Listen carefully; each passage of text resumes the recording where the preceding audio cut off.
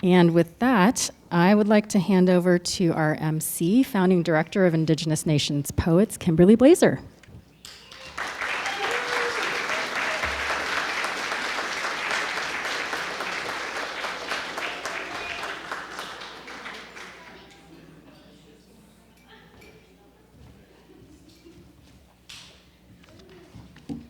Ooh, I'm taller than someone. No offense. Buju niji kwe. Buju nindinawe maganadok. Hello, my friends. Hello, my relatives. Welcome. It's so wonderful to have you all here to see this full house for poetry. Kim Blaeser, Nindigenakaz, Anishinaabe Kwe, Nindao, Gawababi Bonikag, Nindunjaba, Migizi, Indodem. Ingi, Majiniganis, Inepo, Mitu, Api, Nishtana. My name is Kim Blaeser. I'm an Anishinaabe from the White Earth Nation of Minnesota. And I'm founding director of Inepo, which was launched in approximately 2020. And we're really, really kind of emotional because we're closing out this incredible week with the fellows. This is our third annual retreat. We had one just at the very tail end of the pandemic in Washington, D.C. with Joy Harjo when she closed out her term as U.S. Poet Laureate. And we had one last year, which was focused on eco-poetry in Bjorklanden, the far northeastern corner of Wisconsin, adjacent to Lake Michigan on 200 and some acres. And now we're here in my home state, Minnesota, and in this beautiful, beautiful city. I should say Minnesota Makoche, right? So I also want to offer some gratitude before we start the formal performances tonight. And I especially want to thank the Minnesota Humanities Center, who has been incredibly, beyond expectation, gracious. And I want to say especially the food is amazing. I've never been so well fed for a while. I mean, consecutively, right? We all have good meals, but yes. And I want to say a really special thanks to Corey Chino, who helped us plan things, helped us, organize, pick rooms, who walked with us through the funding, and the Humanities Center sponsored many elements of this retreat. And I really want to say how really gracious you've been and how beautiful it's been to work with you. Chimigwech.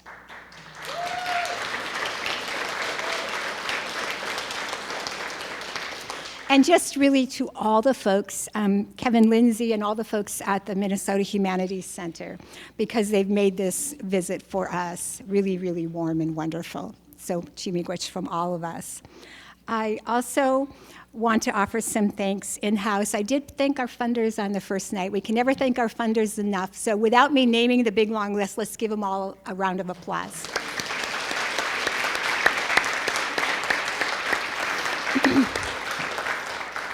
If you would like to be one of our funders, indigenousnationspoets.org. Any little bit or any great big amount, we're welcome. Okay, so people who work to put this together, so many people, it's just like impossible to tell you all of the hours that have gone into planning this.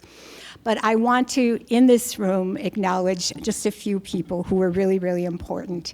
And so, where is Jody in this room? Oh, there she is! So I want Jody Vandermolen and Annie Winstrup to please stand up, because we just have to tell them.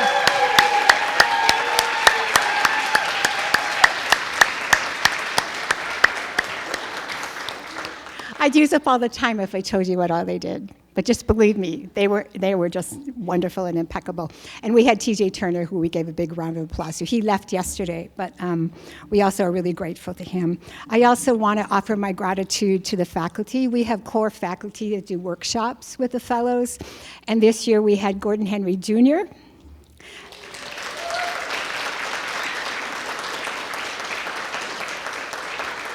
Layli Long Soldier,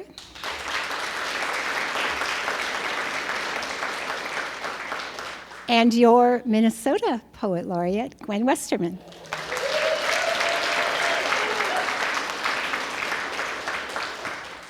We had several visiting writers, 3 of whom are here with us tonight. I think they are. Where is Rob? Is Rob here? Okay, Rob Arnold. Nicole Wallace. And Elise Passion.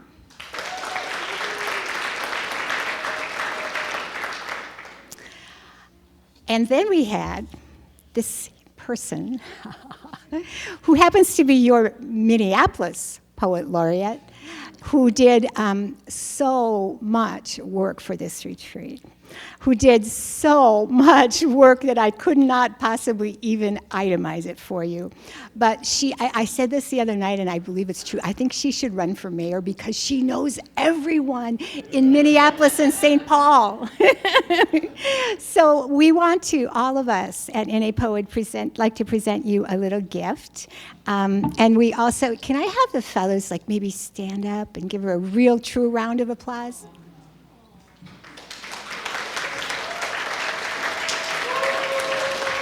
Heid Erdrich, Minneapolis Poet Laureate, NAPO board member.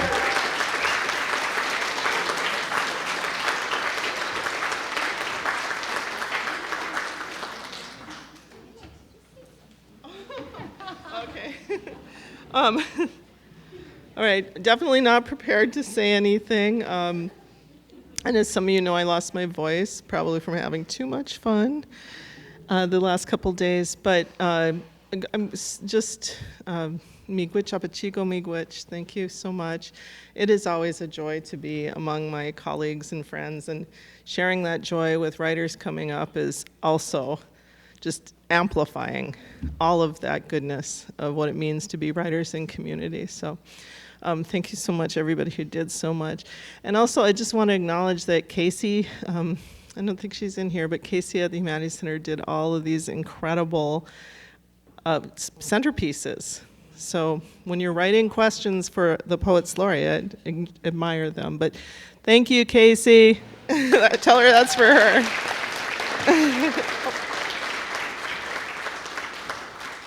And finally, I just have to say that Kim Blaeser is the most brilliant person, and her vision for this NAPO has just become so much grander than I think she began it. But that's because she is so bright. She's shined such a light on this work. So, miigwech.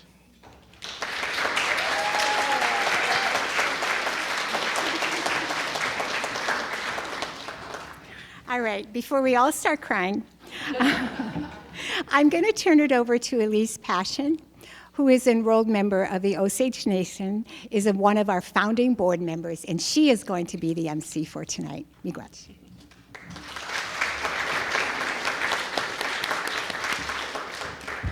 Thank you all for being here tonight.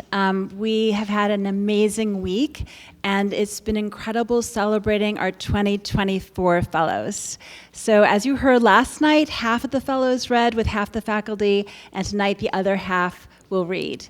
And we're really looking forward to hearing their work. So the format for tonight will be, first the fellows will read, and then the faculty, including Annie Wenstrup, who's been so phenomenal and filling in for some of the faculty at times.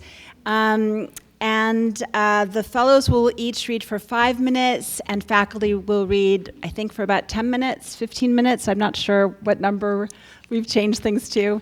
But I'm going to begin, get up, or even talk from down there and give you just the nation from which our poets come from, and you'll see the full bio up there on the screen. Anangookwe Wolf is an enrolled member of the Lekutore Band of Lake Superior, Ojibwe, Fort Peck, Assiniboine, and Dakota descent. Please welcome. Thank you.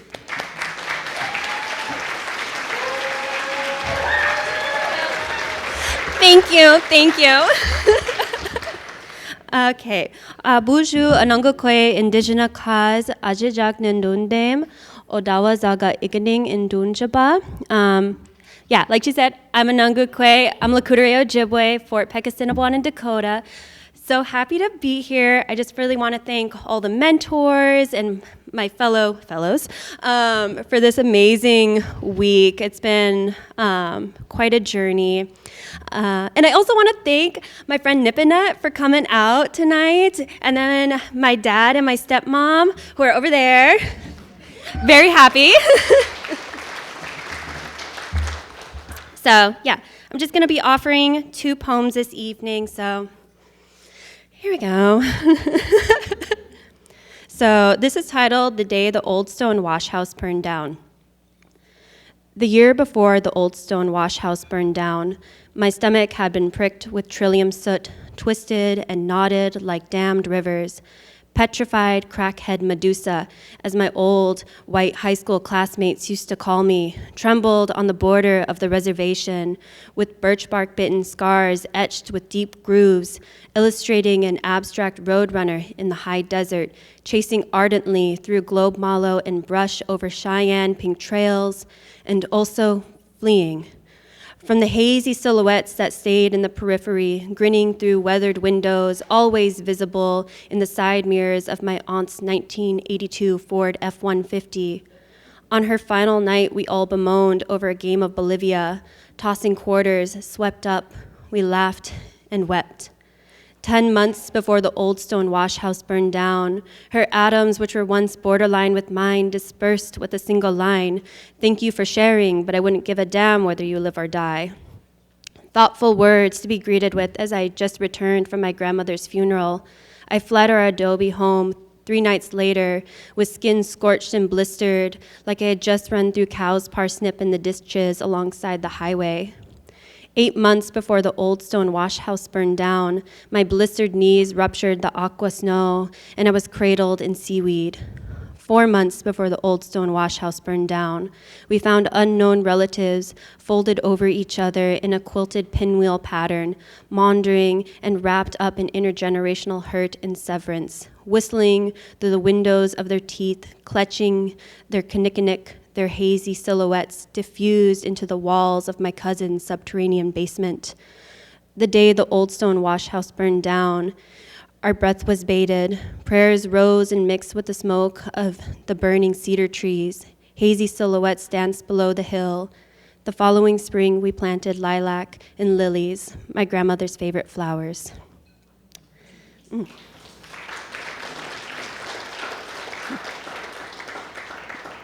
Okay, so this next poem is actually still being workshopped, but I have like this little folder where it's called Poetry That May, like, how did I title it? Maybe Completed Poetry, and I feel like all my poetry is always maybe completed.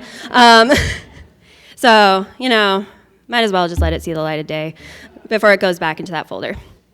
So this is titled Asasa Wayman. Yes. Feel that?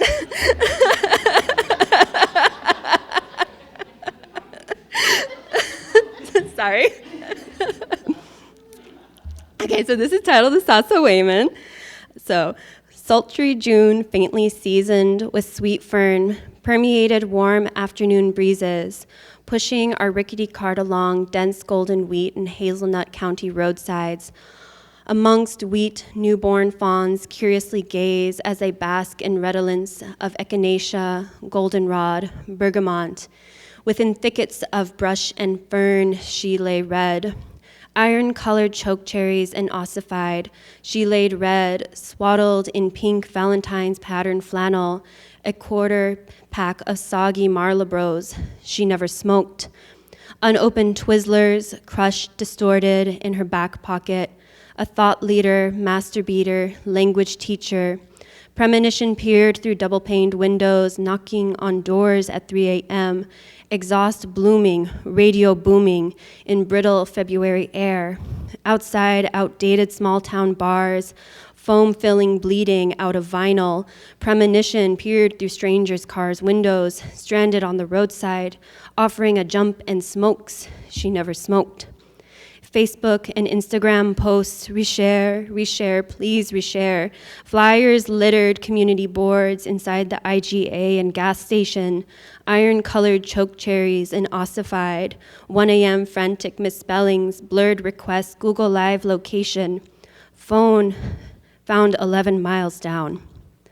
She said if she ever lay red, collect otter-chipped elephant ear mussels between algae-coated lake stones, grind up the collection of deer antlers in her garage, and she, with ochre, dried choke cherries, blueberries, lichen, gum Arabic, take the children to paint gypsum flecked ceilings and gymnasium walls, paint pictographs of our legends, of future legends in flora. Snare waboos to make sausages, cook up last season's wild rice, request gete okosamin from the community farm root cellar, our root cellar, make a star quilt with her Valentine's pattern flannel and all her favorite shirts, dresses, and jeans, stuff the edging with scrap sumac smoked deer hide, the ones she scraped and turned with her mentor, hang it on the wall in the community halls, burn kinnikinnick and abalone, and hold a feast.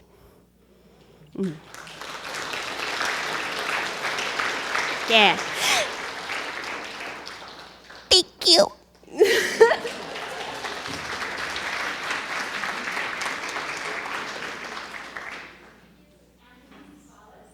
Can you hear me? Is a first-generation descendant of the Mille Lacs Band of Ojibwe. Please welcome Anthony.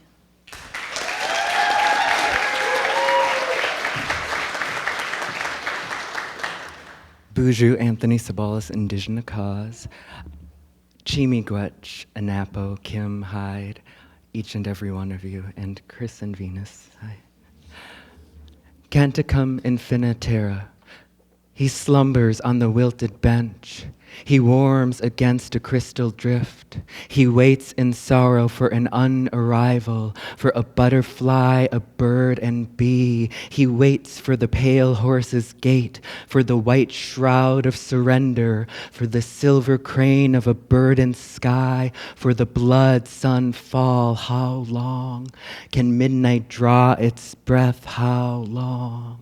He washes it down, the green veil. He washes it down, the bar between. Nowhere, here, alive and alive. All the bricks drawn in red, the bond, the burden, and the sun of a starless night wandered. Darkness settles in his lungs, infects the open mouth, throat, tongue, airway, windpipe, acid, acidic, acidity, a city infection in ruins, the acid-infected city. Weight of the inverted hourglass, weight of the glass-sanded hour, weight of a steel-bolted minute, weight of stolen time, stolen clouds into petrol, siphoned from the weight of the font, weight of water. How long can the river hold its breath? How long? The goldenrod is ash, the trillium is ash, the willow weeps ash, the ashen angel weeps death. Radio heaven confirmation. This is radio hell all around him, in front of him, the molten clock, before his eyes a face. There isn't going back. There isn't going back. There isn't coming or going from here. There isn't here. There isn't there. There isn't us. Isn't you.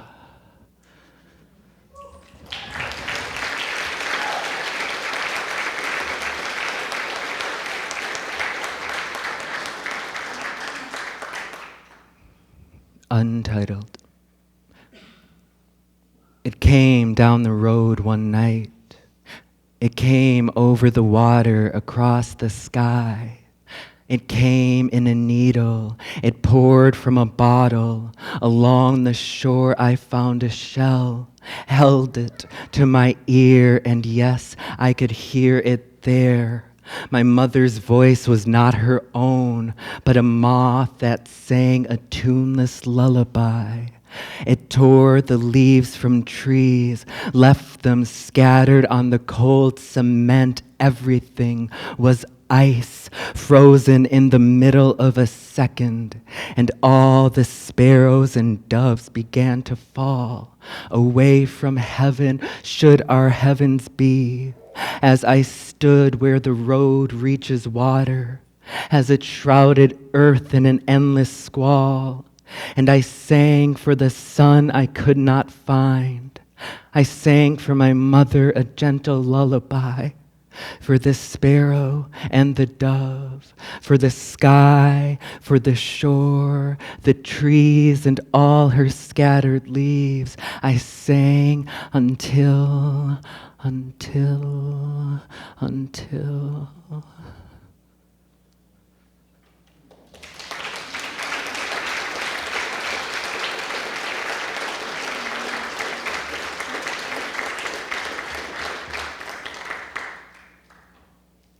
Eastbound 21. My body on a 21. My body an eastbound echo of my father's, his own 21.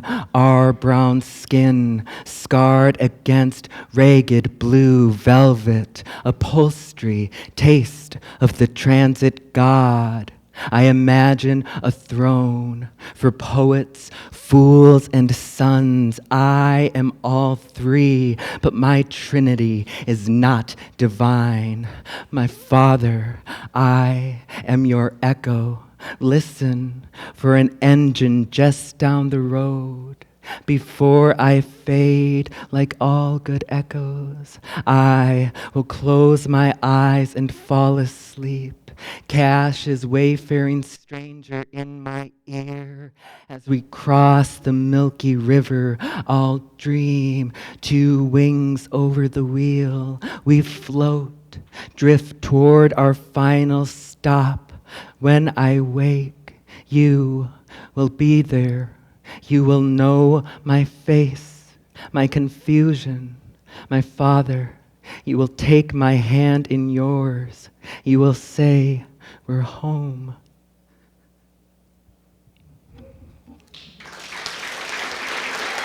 Thank you.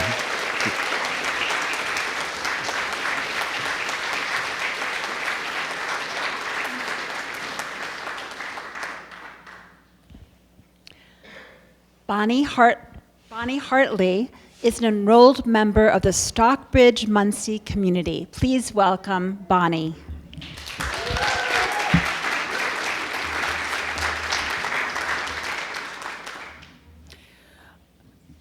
Onewe nech the Wonken.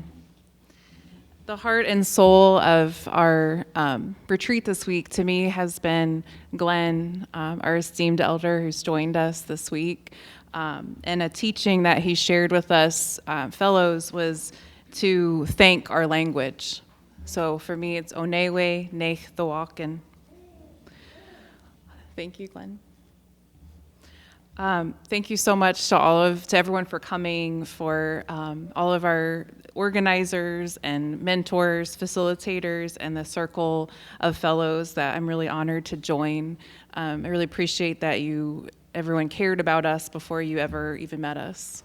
Anyway, my first poem is from a time that probably a lot of people could relate to, of staying up late at night and being quiet enough to listen to the spirits.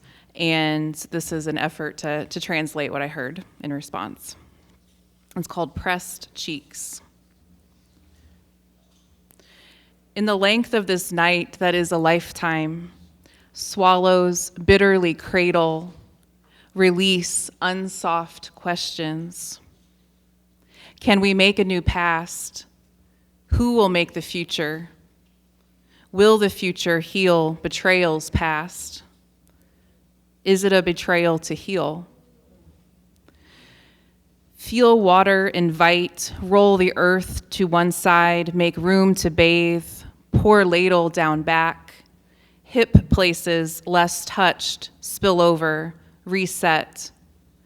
Not quite serenity, perhaps, a prayer nonetheless. Into screaming wind, a million drops assemble, aftermath drips, feel the steam and thaw. Breathless, we somehow breathe, force space to exist. In the length of this night that is a lifetime, roots and legs intertwine, rivers swell like lips to kiss eyes shut, hand bear grease against chap. Ancient cheeks press over time, jawbones hum as one, move closer to song. In the squish where life folds and clusters, we commune by moonlight beaming. Pulse patterns on cracked sidewalk, cup raw faces of healing, and let them feed the light inside day.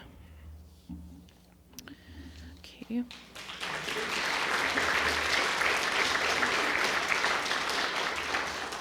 Thank you. And my second poem is part of a series of documentary poetics I've been working on related to my tribe's returns to homelands rather than our multiple removals. We're a tribe that's been especially erased in our homelands. So this is based on that series, and it's the original source document is written like softly in the background of the poem. So picture that.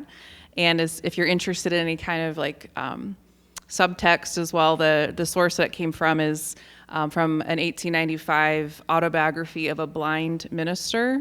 So do with that what you will. And he wrote about his childhood memories of members of our tribe returning to what he called the valleys of Stockbridge, Massachusetts. So it's called 1800s Valleys of Stockbridge. Oh, and I used only words from his text in my poem. So. I cherish an affection for this land of the ancestors lingering, more or less uncostumed, while re-inhabiting valleys. Disappoint boyish fancy as I pedal among families of the town occupied, wishing to afford a home on the slope, anywhere to make a fire unspoiled. For subsistence, I return baskets, axes and brooms, plunder of ancient cemeteries, fearing I am too edifying given the barbarism of Christian kindness, for example, that my rekindling isn't wild enough. Anishik.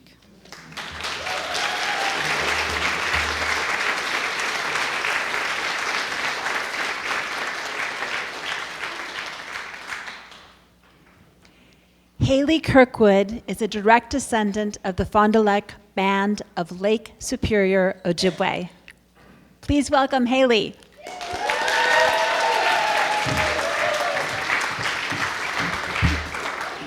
Bonjour, Halee Kirkwood, Indigenous cause. Thank you, ANAPO, for allowing me to kind of crash the party this week. As the regional fellow, I really enjoy spending time with all of you. Any time I have to spend with you is the time I want to take in my life. So thank you to everyone who made this week so special. So I'm going to read two poems. One's an angry poem, one's a hopeful poem. So let's start with the angry one first. And so we talked a lot this week about language, and this poem is controversially about the English language and about a school in Florida that banned the dictionary. The dictionary, yes, that one. You may have heard of it, but in this poem I'm going to say some words I'm a bit shy to say, so just kind of think about why are we shy about some of these words and what power do they hold. So nothing too explicit, but just to forewarn you, there are some words that have been banned. Banning the dictionary. 350,000 words too many acronyms for abort and sin. We thin for good examples. Do not leave black boxes or strike-throughs. Leave no trace of buttercups or boys in the ashes. Ban the clitoris's climate, its diabolical dirt. Evict the continent of E, etymology's eros eroded, evaporated on the tongue like a forgotten childhood sweetness. Fundamentalists ferret out furries with fugacity. Gender germinates a generation's grammar. We strike the homo from homophone, hyphen hate with hate. Humble and humiliate less than hemispheres. Incinerate all talk of ice. Melt identity like cream. Incinerate ISBNs. List all lesbians and lexicographers. Lament and lick Lord's mercy. Mourn masturbation. Michelangelo's a metonym for muscle and mass. So into the maw he goes. Neocortex, neophobia, numbs natal nectar. And even Nixon is too close to Dick. So obliterate. Let's ban Nixon. No, I was kidding. He's too close to that. So obliterate every president's portrait. Accidentally collapse the space between porn and prod, politic and prick. Quiet queers, quails, and queries, rifle synonyms for sin, temper tides of tits, moused or blue-footed, unrobe the loquacious elite, unspeak, then unkind them. For vagina's valley of verbs validates and vaccinates, volleys to win Webster's woman war.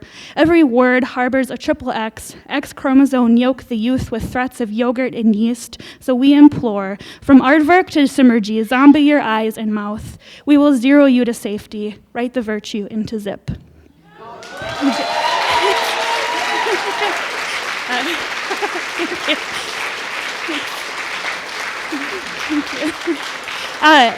And so that poetic form is called an abecedarian, where you go down the alphabet. I think it would be really cool for all of us, a part of the fellowship, and anyone else who wants to write poetry, to write an abecedarian alphabetical poem in your native language. I think that could be a really cool prompt. So this next poem is forthcoming in an anthology in 2025, edited by local writers Bree poet Ari Tyson and Ty Chapman.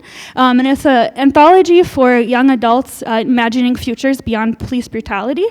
And this reminded me, I was talking with Nicole and her cousin, who are fellow Fond du Lacers, and we were trying to see, like, how are we related? Let's talk about this.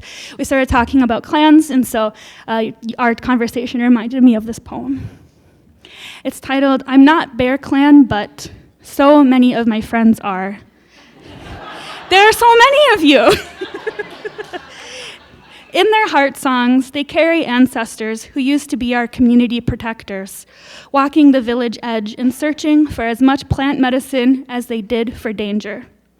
I thought of them the week George Floyd was murdered, the day I found the blackberry bush heavy with ripe and dripping fruit.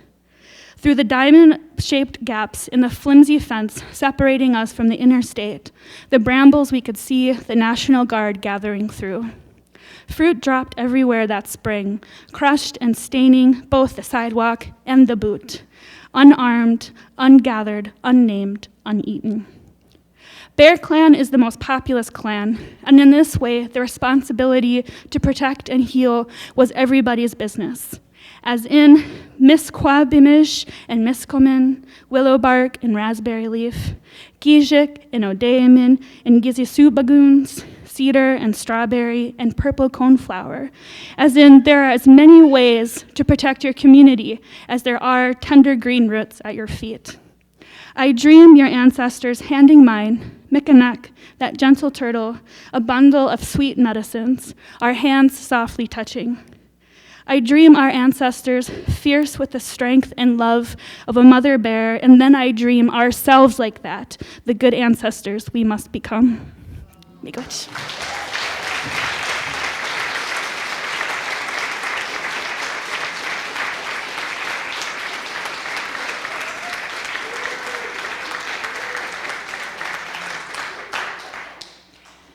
Kalee Kim is a native Hawaiian poet. Please welcome Kalee.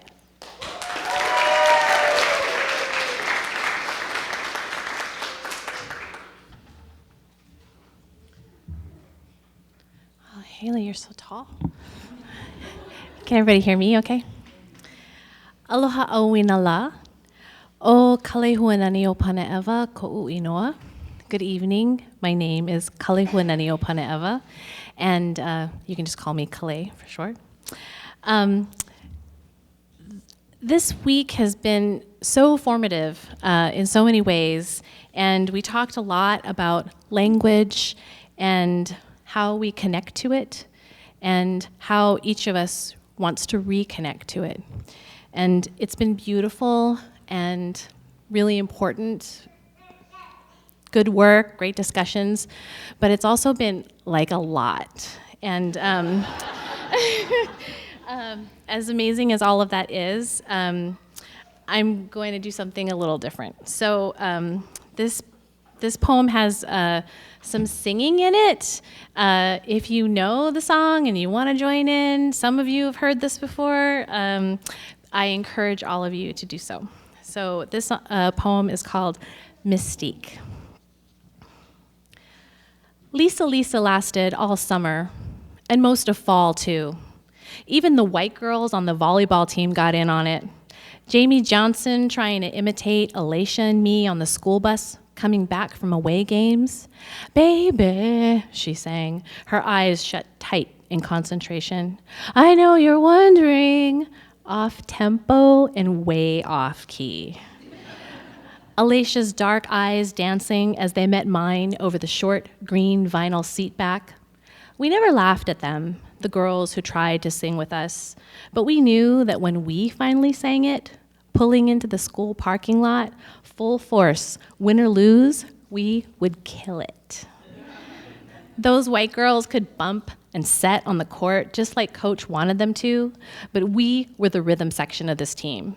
The dance during the team warm-up and the song on the bus ride back to school. Take me, take me, take me home.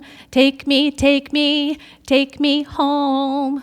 Those late nights on those late evenings on the school bus, brown, black, and white legs, sweat stuck to the vinyl seats, rocking out to whoever's Walkman had the freshest batteries. Danny couldn't stop with that frickin' Whitesnake power ballad, and Julie pumped The Cure, but for Alicia and me, it was Lisa.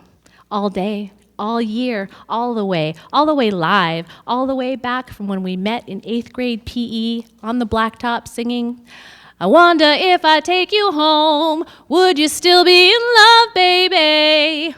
The year we were fly, the year we were funky, the year she started calling me sweet thing, sweetie tea, hella sweet on the back of my white cotton baseball tee with the red sleeves, the black iron-on velvet letters that made everyone turn as we walked past the portables, Reebok ready, spiral perms moosed.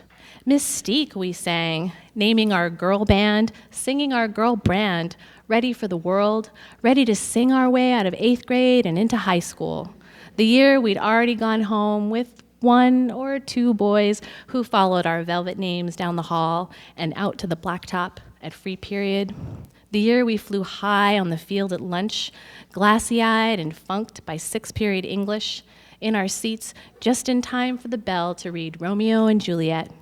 Will you still love me if I take you home? On the bus, Alicia's dark eyes met mine over the low green vinyl seatback, her glitter eyeshadow shimmering on the lid of one eye from the angle of the lights as the bus bumped into the school parking lot. Because I need you tonight, I wonder if I take you home, would you still be in love, baby?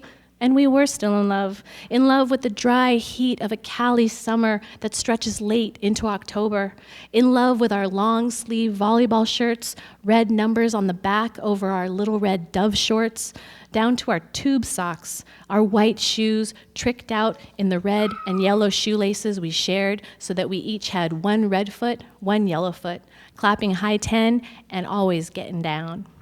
When the snare hit on that track, we'd swing the neck bob, our shoulders rolling the synthesizer shimmy until the downbeat. I wonder if I take you home, would you still be in love, baby? Because I need you tonight, oh. Thank you.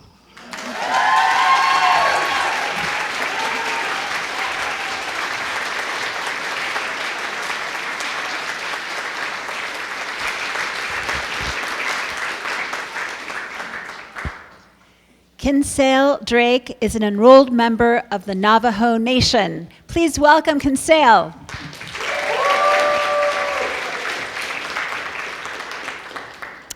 As they say in the Navajo dub of Finding Nemo, Yat she Kinsale Erdrich nishe nat oden trachin initially bilagana bashishchin ashi hadashache bilagana dashanala akut ego atsana nishle. Hi, my name is Kinsale Erdrich, and I'm very honored to be here. I had such a lovely week, and I see my friends Ruby and Mita in the audience who came to hear my poetry, and that means so much to me since they moved back home here. The first day I came here, I went to workshop, and I said, I really want to feel something. Like, I haven't felt something in so long. And then Tacey made us all cry on the first day of workshop. And I was kind of like, oh, okay, if this is like the tone, I'm definitely here for it. And yeah, every workshop since then was so lovely and so safe. And I'm really grateful to all of the fellows. Really, I think they're so phenomenal and they do such amazing work. And 5 minutes is not nearly enough for them to show off all their talent, so I implore you to listen to more of their work and seek it out. I'm going to begin with an introduction to my book, which is forthcoming in September. I wrote it after hearing Jimi Hendrix play the Star-Spangled Banner. Spangled. Enough about you. Airwaves in bloom. Mouthpiece on fire. I must sing the hum of the yucca and icy heartbeat of river. I must sing our grandparents' blues knocked down in the grasses and thick in the farmhouse. Oh, like Jimmy's guitar, I must sing dirty, sing blister. Let the sound rip the sky. Rush of birds spooked from deep in our throats, our song into creation story blues. An urban Indian belongs to the city and cities belong to the earth. Tommy Orange. This is a desert like any other. Towers like cacti suck water from the sky.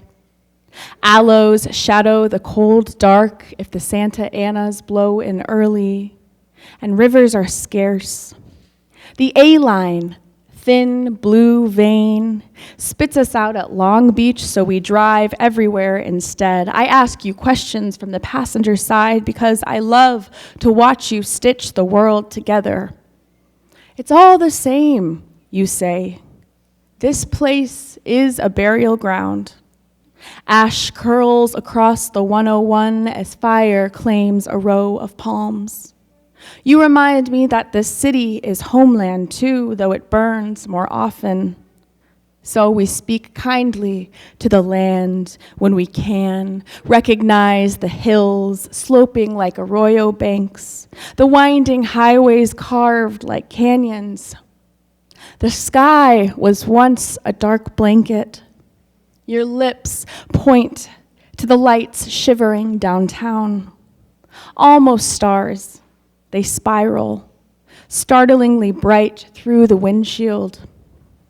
Coyote threw up a basket of stars to shatter the black into brilliance, and tonight the cars are white fast comets slicing back and forth to exit this concrete body. I wonder, do the ghosts here, too, feel comforted in the haze as you sing me the birth of the Milky Way? Thank you.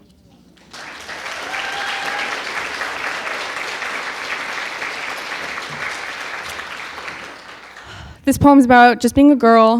This is called Navajo Mountain. So my family's from Navajo Mountain, Utah.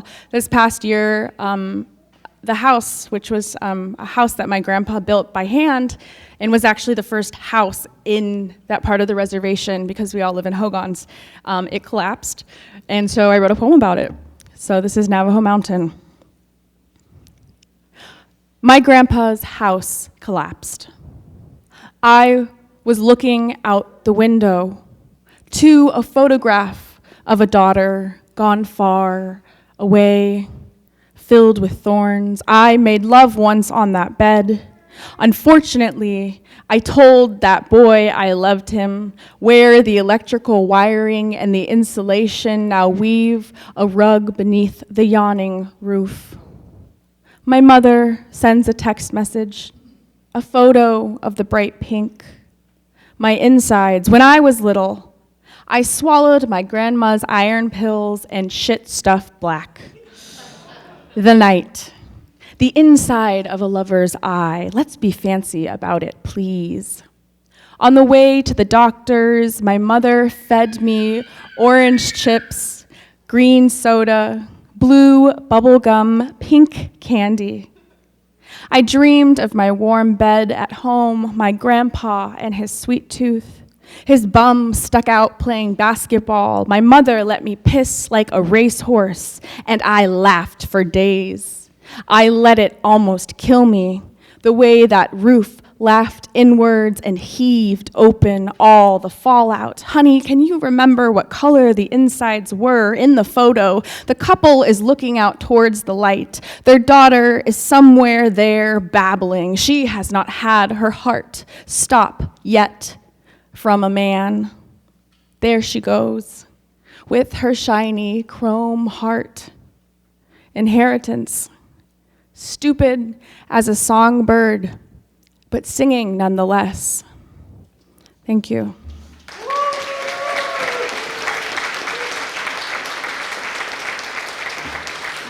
Okay, I'm on a good one. Okay, this is coming out in the Atlantic actually for July, and this is from my new collection, and it's called Making a Monument Valley, and I wrote it because I'm a little sick of land acknowledgements. So this is like taking it a step further. Making a Monument Valley. You rock with the rose quartz, the sweetgrass, the cedar. In the summer, our city smells almost like dusk on the res. The reservoir's too shallow. We imagine an ocean, the one that once covered the four corners. The Citibank building, too. Hook a right down Bunker Hill, the one with the city Indians. Their ghosts still shadow the eucalyptus trees. Let them haunt you. I like it that way. Up the 101, thick scarlet vein, I let you go bumper to bumper, reclaim the land between each car. Fuck it, you honk. Let's be sovereign. And we riot in the fumes, smoke lavender, tobacco, weed. Logically, the land's been dead a long time. But the smog says otherwise. The way it rises out of the valley every other week, like a long breath let go. The Santa Anas carry all the scents back to us that they tried to get rid of, so inhale. A long line of trucks breaks the jagged edges of the city. We stop the car, hot off Crenshaw. When you hop out, you swear the ground kicks back just a little bit beneath your feet. Thank you.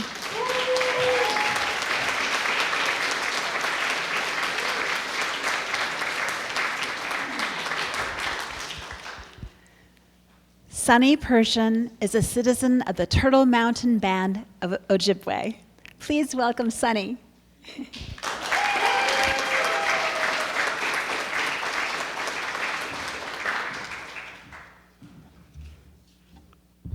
Can y'all hear me? Good. Okay, my mic check was a little bit rough. I guess I was a little quiet. So, Buju Nindinawe Magani Dug, Asaquain Indigenous, Makwa Indudem, Mikanako Jun, Nishnabe, Shkuniganing and Dunji.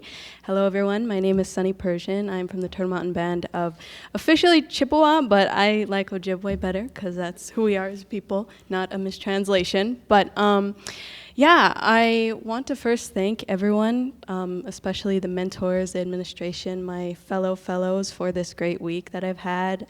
There is no community like this one, and I'm really grateful to share it with you all. And I'll be honest, I'm a little nervous right now, and I was talking to Glenn, and I was like, yeah, Glenn, I'm really nervous, and he looks at me and he goes, you're ready. And I was like, yeah, I think I'm ready. I was like, I'm ready. And so thank you, Glenn. I really appreciate that. Sometimes that's all you need to hear is just something from Glenn. And Gwen, too. Thank you both for being just the the grounding forces that you are. So today I'm going to read 2 poems, and the first one is called Dig.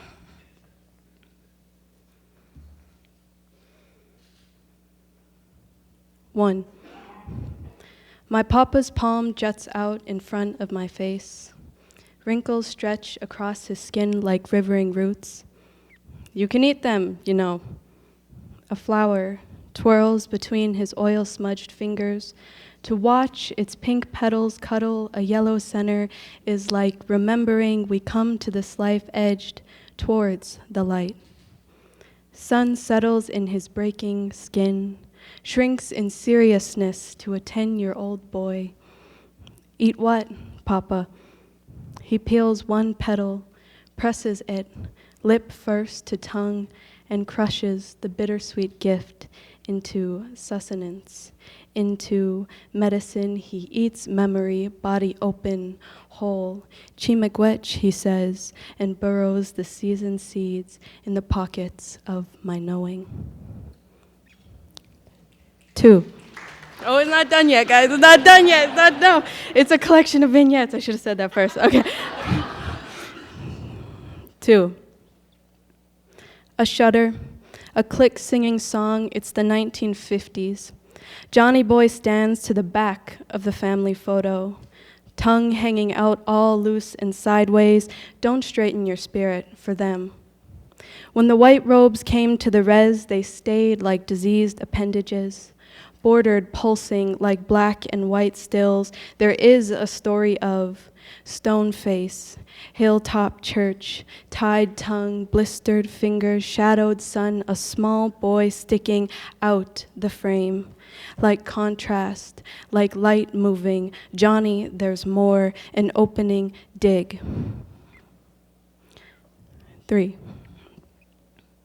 Before the grief, there was a hand reaching. Muskrat halfway down the basin of Earth's belly, searching for anything to bring an infant world. Plunging cold, lungs shocked and slow, limbs another heavy thing, falling to the jutting ridges of Earth's bones. Before the hand fell, the dirty depths gave a single seed. Packed nail beds and one heart making the next. All keepers carry a beginning. Take it to the people and let them feed. 4. Papa, these violent beginnings that belong to us. You gave me something that day, the memory which makes a heart. In this bloodied web is the seed, the hand, the mud, the light, the living. I take this flower and feed it to the black empty they thought we'd become. What a joke, we laugh. These bodies, they pocket, they story like a land. Rupture from stains, holes, shades of this aching and beautiful breath. Let us grow worlds from it. Thank you.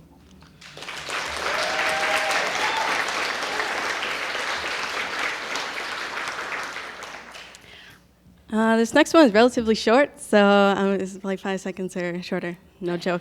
It's called Becoming. Day crests atop all flesh. Sun spreads one finger, 4 more, tender, hungry. Open your eyes. All the birds are feeding. Thank you.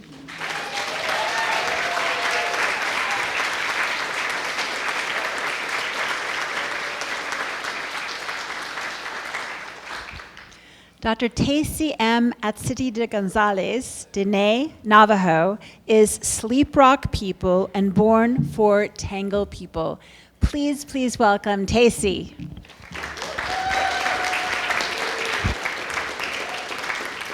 Thank you.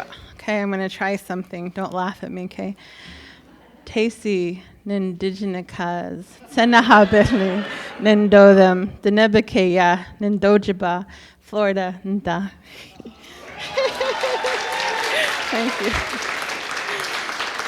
I've been hearing it so much. I It's part of me now. Sonnet for my wrist. I tend to mistake your ribs for a hand towel. It hangs on a nail above the wash bowl, the hand towel ripped. There's something wearing about the end curve of thread. When I sleep, I keep my palms open. Verve. We were lovers in a field of gray. In Navajo, we say something rote, all radical when you hurt me something close. Even you waft, it's best I tether, forget flyaways I plucked. My bones, they lie to me like fray, like gaunt.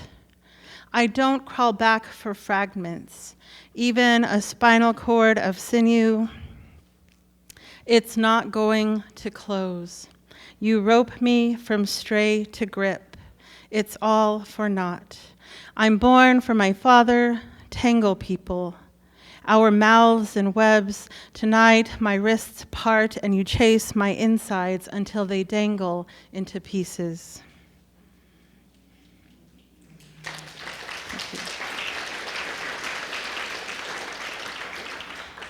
Love feels that way sometimes. So. Round our wrists for first man. We swing like shawls about the shoulders of brides, spread open in a field of snow. Though it's just yet fall, leaves bob red, foretell the absence of voice at eventide.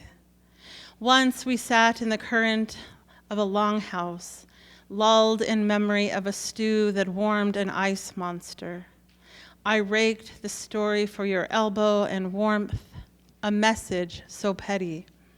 I missed you when you left to carve a snow snake tunnel. Upon throwing my tendon caught in the eddy of creation, I could no longer lift logs to stack. This was love in the saying. I could only follow your collar in snow so far. Bark I braided round our wrists round back. One of these days you will find me under the white, where autumn floats, rounding out the soles of our feet, where the arcs of our breaths hold.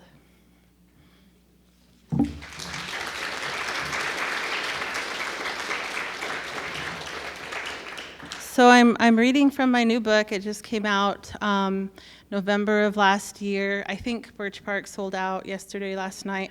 So you can order from them, and I hope that you do. This is my final poem that I'll be reading from it. It's called Still Life Morrow. Turn off the static, my therapist says. Taste what you swallow. Inside, I feel water burst from the baby bellas. I wish I were staring at a still life, a bowl of cactus, fruit maybe, or rotted watermelon, and not this wintry scene of the road I've just taken. I think they know. About every leaf I'd catch to peel from my tongue, it spoke to how good I was at being alone. This morning I sit in the still kitchen, rude by autumn passing me by.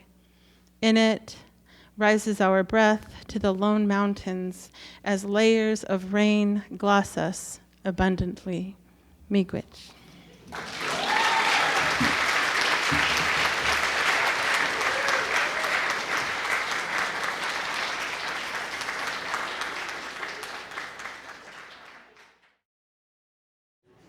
This is the stand-up portion of your evening, where the two poets laureate fulfill their public obligation to be poets. And we're doing it by answering questions. If you want to generate a question on a piece of paper, some kind person from the Humanities Center will take it up to us. But meanwhile, we are going to ask each other questions, and Gwen's going to start. What did you do when you got the call or the message that you were the poet laureate of Minneapolis? I got the call from someone I had owed an email to. And I said, I answered, I said, I'm so sorry I haven't responded to your email. And then I thought, maybe I sound like an answering machine and I can hang up now. But because that is a very constant thing for me. So yeah, and then I was really surprised and a little startled, and I couldn't say, oh yeah, I'll do that. I was like, what did I get myself into? So yeah. How about you? What did you do? What was the story of how you were told you would become Minnesota Poet Laureate? Well, there were messages on my phone because the volume was off while we were at the movies. And I listened to one of them and it said, "Hi Gwen, this is Tim Walls and Peggy Flanagan. We just came out of a meeting and we wanted to let you know that you will be the next Poet Laureate of Minnesota." And I'm like, oh my God. And I didn't answer the phone. Is this like, do they go to the next name on the list?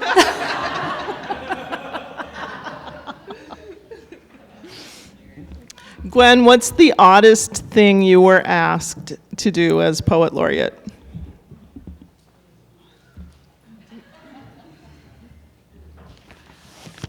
A random email that said, could you please come to our meeting and write a poem for us? And it wasn't even in the state. How about you?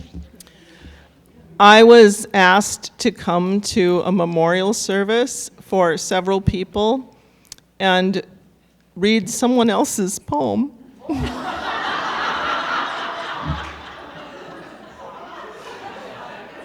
And not one of the people who had passed. People would ask me, what's it like to be the Poet Laureate? And I'd say, well, you know, it's not like people recognize you on the street like you're really famous. And then I was in downtown Minneapolis and I was walking to the Mill City Museum, and in the middle of the crosswalk of a busy street, this man said, "You're Gwen Westerman, the Poet Laureate of Minnesota."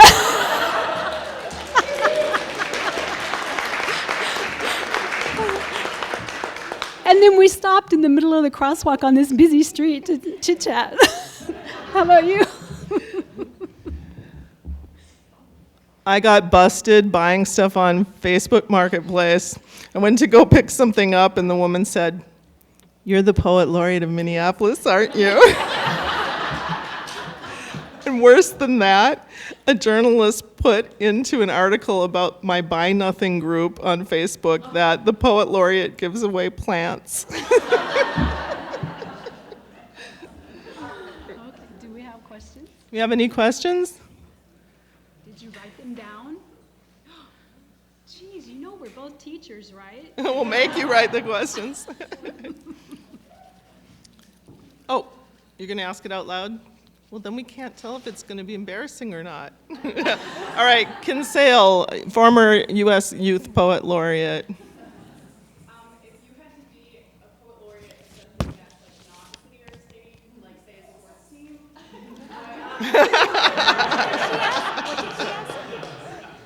Honestly, I'm not going to fight for being the Poet Laureate of the Timberwolves because I only cared about them when they were winning. I'm terrible. Terrible. I didn't even think about them most days. I would be the Poet Laureate of Astrophysics.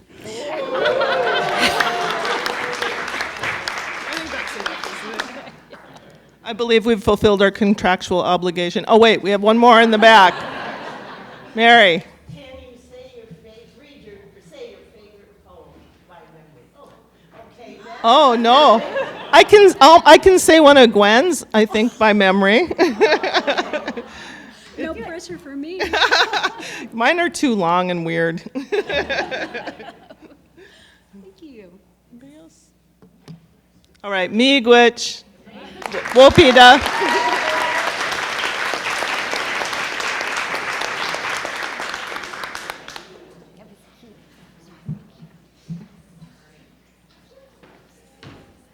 Okay, back to our readings. Annie Wenstrup is joining our lineup. She does not have a tile, so I'm going to tell you her bio. Annie was one of our inaugural fellows in Washington, D.C., and we met her 3 years ago, and she's just been so incredible. I have to just give such huge thanks to Annie. She's now the Donor and Alumni Relations Coordinator, and as you know, she's done so much more than that job title this week. She is, I'm embarrassing her, is a Dena'ina poet from Alaska. And I'll say just one more thing, which is that her debut poetry collection, The Museum of Unnatural Histories, is forthcoming from Wesleyan University Press, March 2025.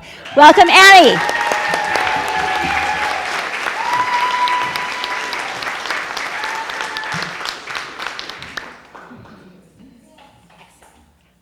Thank you, Elise, and thank you for keeping it brief. So, I'd like to ask one more favor, especially from the fellows. Could you help me begin? I'm going to ask a question, and the response is ah, yagali da. Yagali do. Annie merganzanak shi'izi, kanashtikta denainek shi'izi idlan, dene eshlan shida. So I opened with, how are you? There's no way to just say hello in Dena'ina. Instead, I ask, is it good? And the answer is always, ah, yagali da. It's good to be here with you. As diviner, what treasure can I offer the augur? Clear water in a silver bowl, bird bones, feathers, a red bead, my open hand, palms offering copper coins, tin nails, oil paints, the Hubble telescope's first picture, yesterday's paper, horoscopes circled, lines, an ant's path, the magician's card deck, ends tapered. My first memory, missed. This is what I learned of the future, a red salmon, her scale-blushed belly, her silvered cheeks above her gills like a door in a lift the flap book. Here, hook the crook of your index finger and pull.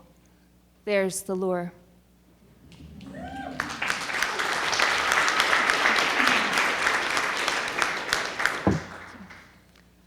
Sukdua 2. It's traditional to begin by telling you this.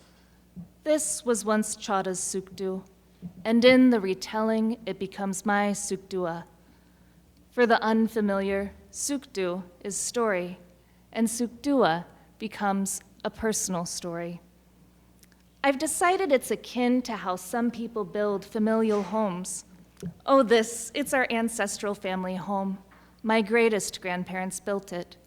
Someone built on 10 additions, another re-roofed and refloored it, and someone stripped the interior to studs. Isn't it lovely? In this fictitious exchange, I imagine you looking for what was once there.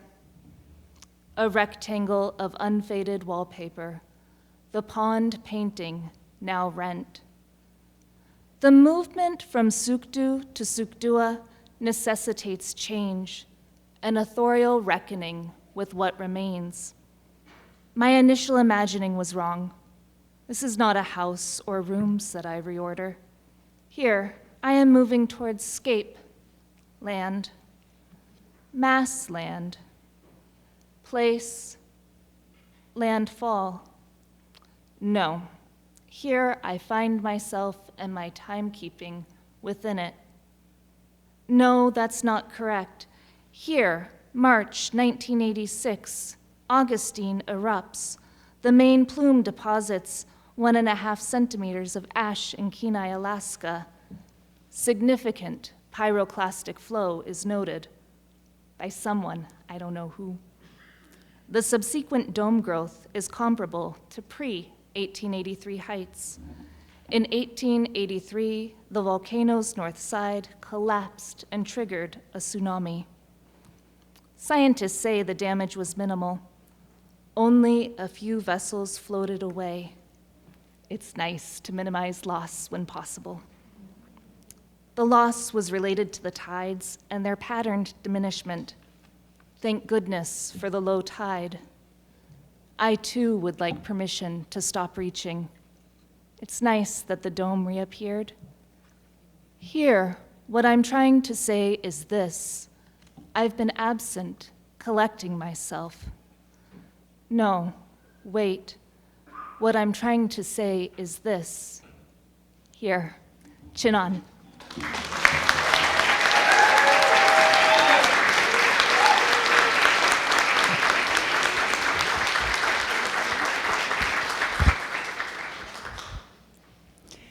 Gwen. So it's to be Gwen, Heid, and Kim, for those of you who don't know the order. Everyone's looking bewildered, but somebody gave me this order. Gwen Westerman is an enrolled citizen of the Sisseton Wapton Oyete. Please welcome Gwen.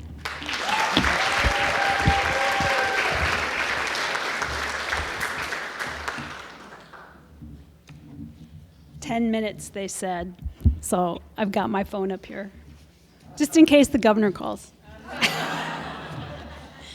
So we've spent this week talking about how we can use our own languages in our poetry. And we've talked about use what you know. You don't have to be a fluent speaker to use our languages when we write, and we write from our hearts. So I wanted to share, especially with you, the very first poem I wrote where I used my Dakota language. It's called Journey. 1. Learn the alphabet. A, B, Ch, J, T, D, E, no F. And then you can say anything. 2. Learn basic greetings. Dokadyaunhe. And then you can talk to anyone. 3. Learn to tell time. Hekta oko, and then you can tell stories. 4, learn to share. Unspe makia, and then you can speak your heart.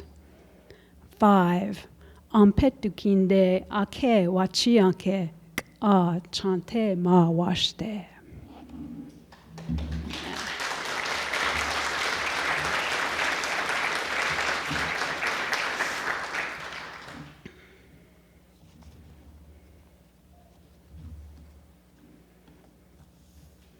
I write some pretty crabby poems sometimes, because we have things to be crabby about. I was asked to participate in an exhibit of visual art and poetry for the Treaty of Fort Laramie. Commemoration is not the right word, but it was all Dakota and Lakota artists who were responding, and I was assigned Article 10 from the Fort Laramie Treaty, the 29th of April, 1869. And this is called Wikchimina Psalm Wikchimina. So that's 10 by 10. So there's a column with the English words from the treaty. Then there is a column with the Dakota translation. And then there's the English translation of the Dakota. So I'm not sure how to read this. From time to time, year to year, Dakudena owas unkiksuyapikte. We will remember these things. In lieu of all treaties heretofore made, wowapi owas unkagapi dead, all the words written here, and the manner of their delivery, dena stodunyapi ka ungogachnigapi. We know and understand them. In testimony of all which we receive, Daku owas chimpi yuhapikte, we will have everything we need. Each person, each family, each lodge. Tuwe dana owas wicha unkiksuyapikte. We will remember these people. Shall be named, entitled to be present, wana, now, 4 years, 12 years, 14 years, 30 years, tokata kia, in the future.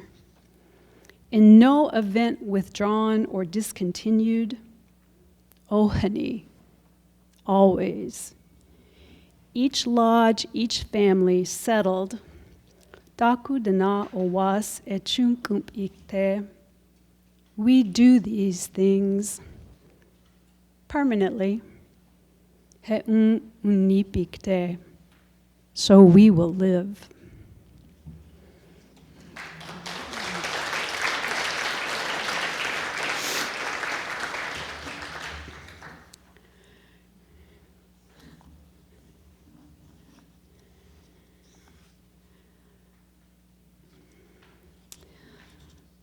First song. Sitting on a quilt made from her husband's work pants, spread out on the ground behind the house he bought for her, on a late autumn afternoon, my grandma taught me to sing. Une lana iu weji iga kuya ohe na kwa chosa wiu lo se iga kuya hona. Then she told me it is a sin to be greedy, to hoard when others are needy. Always share something, always. A cup of coffee, some wild mint tea, just a glass of water, a bowl of soup, a few boiled eggs, a piece of bread, a clean towel, some warm socks, a spool of thread, a length of calico, some dried corn, a bit of meat, a wooden spoon, a small pail, a basket, a gentle touch, a prayer, a song. Nothing fancy, just a token that we care for each other in good times and in bad. Share, not give or take, but share whatever you have, no matter how small. To accept a gift is to know how we are related, to understand our need to be connected, to learn how to receive love, even if we think we don't deserve it.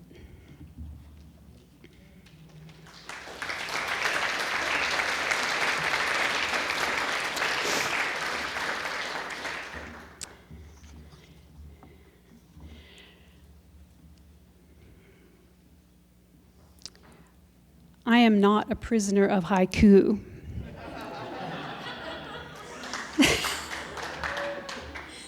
Because it's too small. It's never satisfying for me to just do 17 syllables in 3 lines. And when I was researching food for a special language camp for students in Nebraska, I came across Tonka bars. But as I was searching for them, I also came across Tonka poetry. Who knows what Tonkas are? Okay, better than haiku. 5 lines, 31 syllables. Works well for me since my mother told me from the time I could make words, all I did was talk. Okay, So this was also really helpful for me as I was learning the language, because I could put together 5 lines and 31 syllables in Dakota and then do the English rendition of it. So this is called Wana Wetu. Wana Wetu U Wachpe Yuran Ayapi Zidkara Sapa Witaya Heapi Hehan Owas Dowampi. Early signs of spring are appearing every day, buds swelling on trees, grass greening across the yard, blackbirds singing in the sun. And that's not a literal translation, but it gets the same idea across. Ampetu techa hecha. It's a new day. Odowan ota nawahun hehan wekta ka iomakbi. Ampetu techa hecha. Zitkara e dowampi.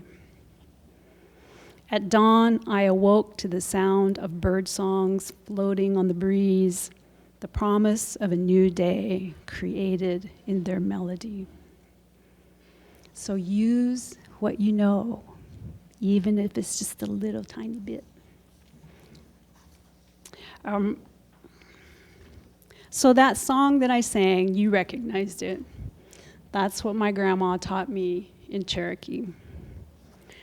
When I moved to Minnesota, it was the first time that I felt like I really belonged someplace. And I just kind of kept moving up the interstate 35 from Oklahoma to Wichita to Lawrence, Kansas to Kansas City, and then to this place I had never heard of except on Little House on the Prairie, Mankato, Minnesota. I called my dad, Chris, and my uncle Floyd, one in South Dakota, the other one in California, and I was so excited. I have this job. I'm going to be teaching in Mankato. In 2 separate phone calls, that far apart, the response was the same. There was silence. And they said to me, "You know what they do to Indians there, don't you?" And I said, "No. We'll see how long you last." That was 33 years ago. So, and I'm still there. But I also became very involved in commemoration of what happened to the women and children during that time as well. And so we would start at Morton, Minnesota, and we walked from Morton to Mankato, up the river to Fort Snelling over 7 days. It's 120 miles. Regardless of whether it was raining or snowing or freezing, or people would throw things out of their cars as they drove past us, we walked and retraced the steps of our ancestors. So this is my first song in Dakota. The other one was my first song in Cherokee. Odowan Tokahea. Retracing the steps of my Dakota ancestors along a route to commemorate their forced march, I sang these words before I knew what they meant. Before I knew the history of the women, the children, the old people, the families in the aftermath of the war, that war. Makasi tomni dakod wicho hanki o techike ina ate dama kota kepcha mni hed michi. Marking each mile with a prayer stick, speaking the names of the families, singing this song 150 times in 7 days for 6 years. My grandma died before I was born, yet her grandma's stories imprinted in my cell memory remembered.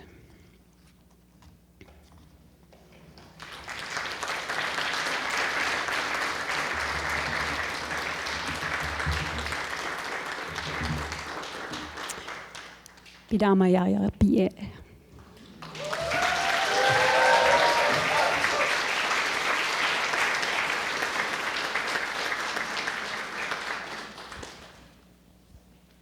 Heid E. Erdrich is Ojibwe, enrolled in the Turtle Mountain Band of Chippewa. Please welcome Heid.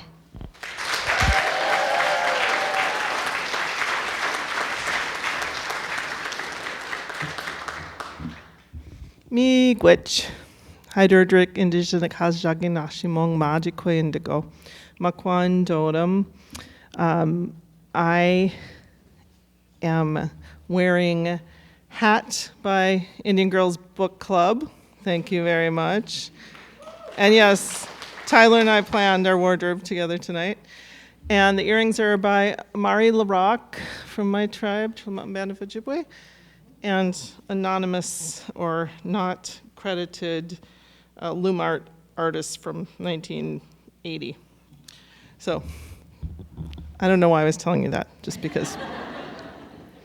I actually feel odd and shy from all of you. It was just like, what a wall of 2 days of the most amazing readings and, just thinking about the voices, all the voices of these amazing people, all of you. I decided that I would read some old poems, very short ones. My voice is not great tonight. I think it was from just screaming for everybody when they were reading. And I think I'm mostly going to read these old ones because I was thinking about, this is my second book called The Mother's Tongue. And I wrote it in the late 90s. And about the time I started to get to know Kim and Gordon and Gwen, too. So I had been very influenced in some ways, or I guess I'd say I was liberated to think about my writing in different ways because of them. Before that, I really didn't have other writers that I'd gotten to know who were, scholars too, who were thinkers, who were publishing their work. And then, actually, Gwen didn't write poetry when I first met her. But this poem in particular reminds me of a conversation with Kim early on. So I'm going to read this for Kim and for all of you. Our words are not our own. We never write alone, but by a grace. A blue silk threads our words, makes our work both ancestor and elder, descended of one through the other, bound by ties that tug through time.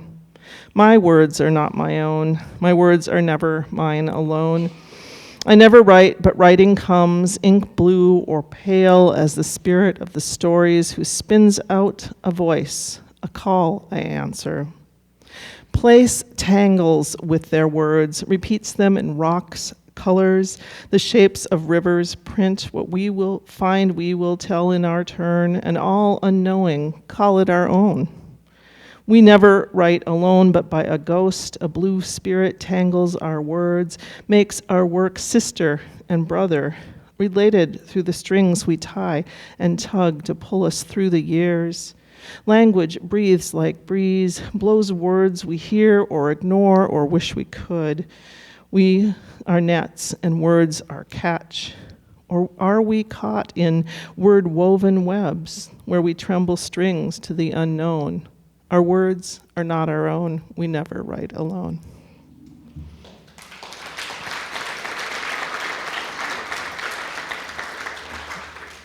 And then when I picked up this book, I thought, I want to read something from those days I've been thinking of.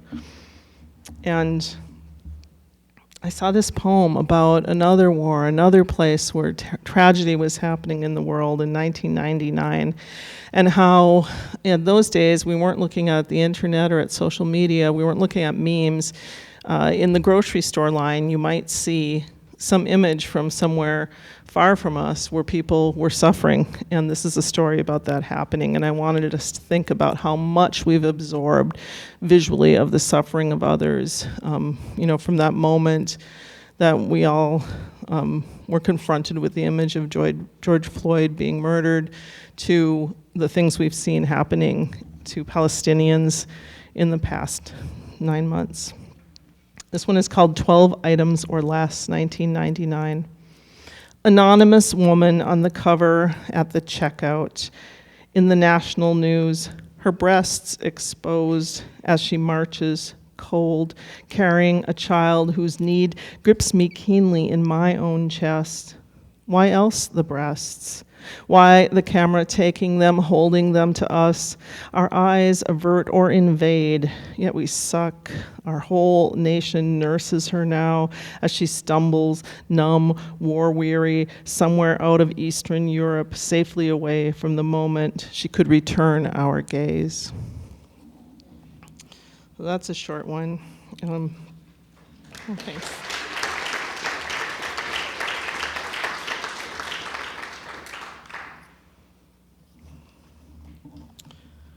I'm not sure I wrote a haiku, so I want to acknowledge a haiku writer in the audience, and that is Jody Vandermolen, who writes haikus every day.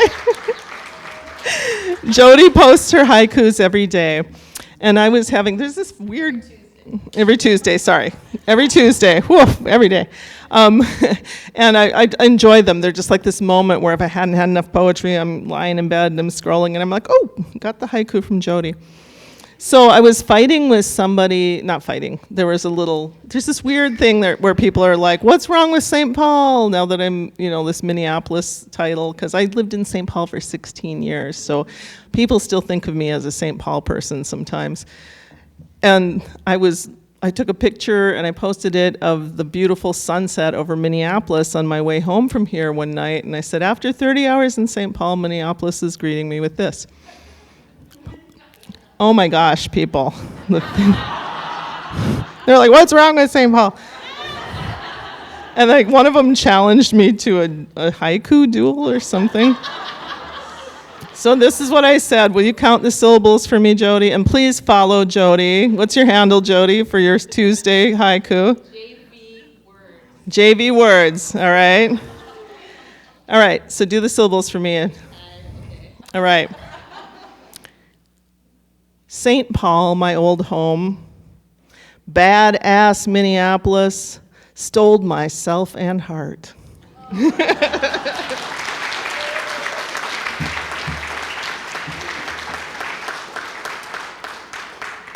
All right, how's my time? I got a minute left? 1 minute? Okay. I don't know. This is really short. Now I'll end with this. This is for those of you for whom the workshop process can be a little daunting. And if you've ever heard that phrase, kill your darlings, where you're supposed to things that you care too much about in your poetry, you're supposed to, I just think that's the rudest, so. I was thinking about what is that killed darling? Killed darling, raw fur and teeth, a teratoma of a beast, breast kept and unkempt, baptized before born, then sent to be reborn. It gets a better form this time, rabbit blind and bottle fed. Not much hope it will grow, and yet it blinks open, eyes all brown and wild. So, thank you.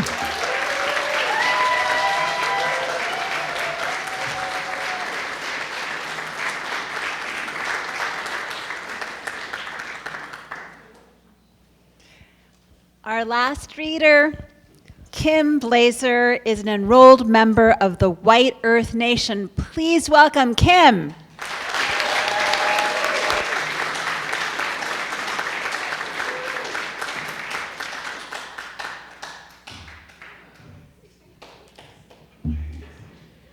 Oh my gosh. It's so hard to read after all of you, but I love you so much.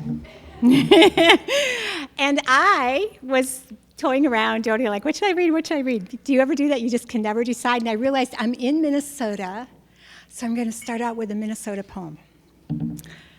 The where in my belly. Scientists say my brain and heart are 73% water. They underestimate me. A small island, Minnis, I emerged from Minnesota's northern lakes.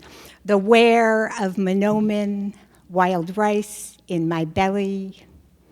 I am from boats and canoes and kayaks, from tribal ghosts who rise at dawn, dance like wisps of fog on water.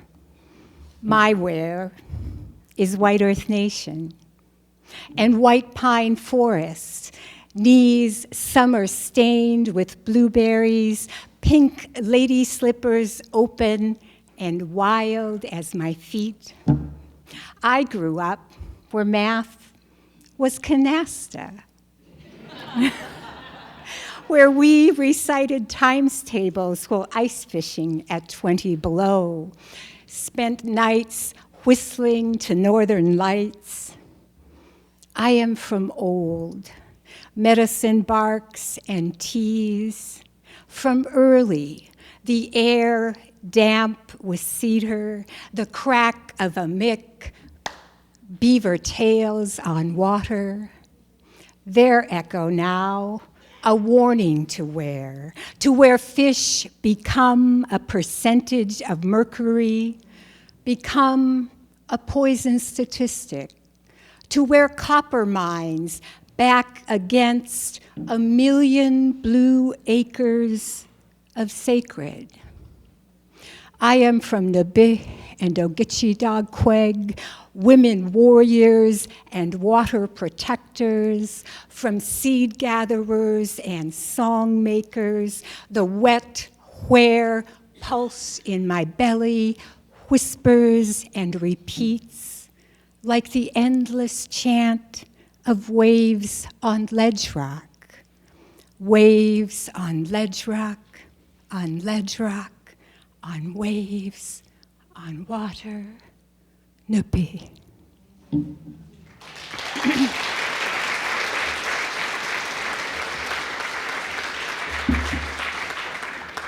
You're so beautiful. And it's weird, like, I get more nervous reading to people I care about. I could read to, like a whole great big bunch of people that I didn't know, and it wouldn't make me as nervous as reading to you all. Okay, so the next poem I'm going to read is a poem that won the Indigenous Poets Prize of Hayden's Fair Review and the Center for Borderlands Imagination. And it's called, actually, let me give you a little quote that I draw on. There's a strong woman song that was created by Anishinaabe Ikwewug and Jaganashi Ikwewug in the prison for women in Kingston, Ontario. And I'm taking a line from that, and that's what you'll hear that closes the poem.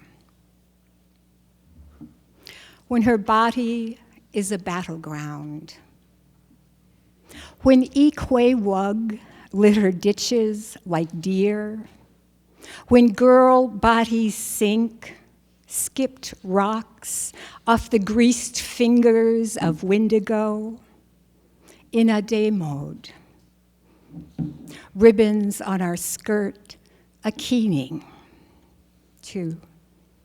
Soon funeral casserole becomes habit. Macaroni, corn, hamburger fix in cold basements. Church bakers worry 3 eggs in a cake is extravagance, unnecessary as salt on a tomato, as 2 choruses of goodbye. Her fist fell full of grave dirt, cocked like a gun. No one can waltz around death in the end. 3. When her body is a vermilion stranger, a heaving caught target of gaze, when her body is a battleground. 4. Make of your voice a search party. We soothsayers know predator eyes can become rivers, smooth words, a weapon of mudgy money dope. Only a wide open trunk means no body. 5. She learns how survivors speak of their captors.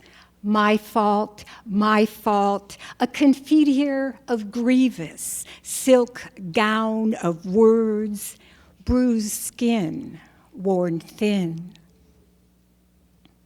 Our stories reek. Our stories rot, reek of futurelessness. 6.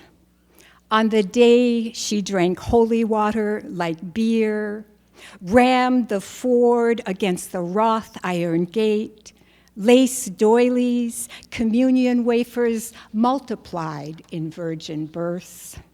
Ladies' aid servers looked away.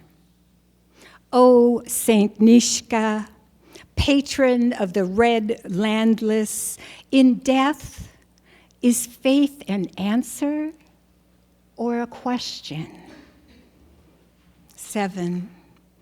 What then shall we craft of the breaking, weep holes in the clay of our body? Only a porous heart withstands floods. 8. Mamawe mushko dabi young. Together we stand strong.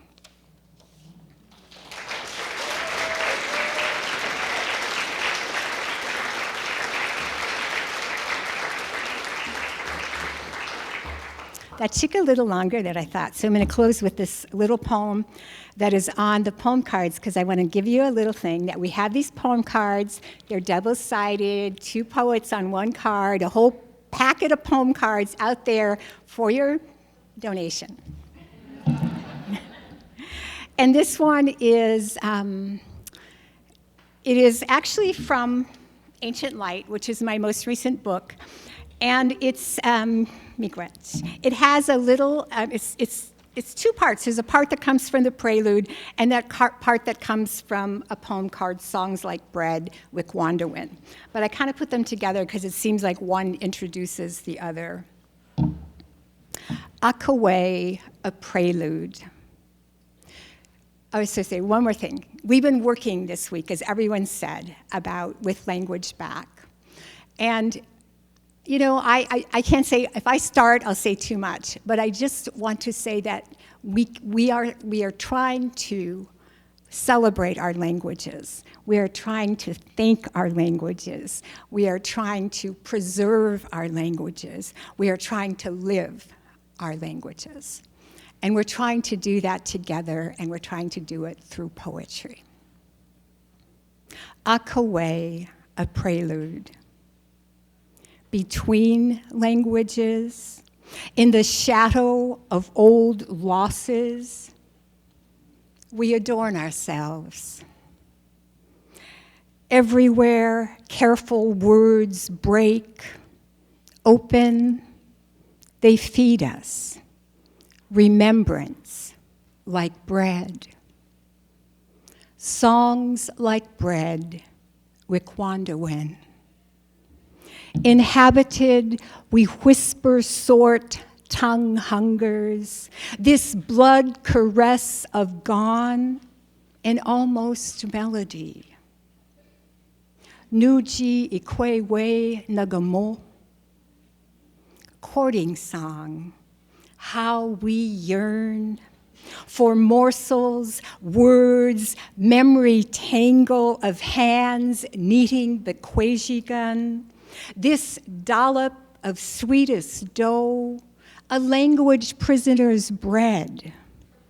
This is to hunger, bakade. This is to break, bigoshkad. To speak is to eat, wikwandawen, feast food. Our jagged stuttering, a giveaway.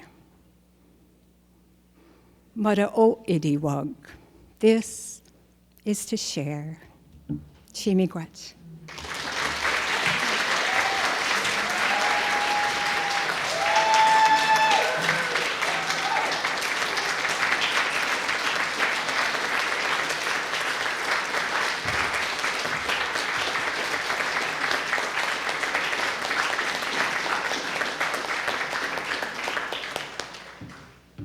Thank you all again for coming. Please give another round of applause for all our incredible readers this evening.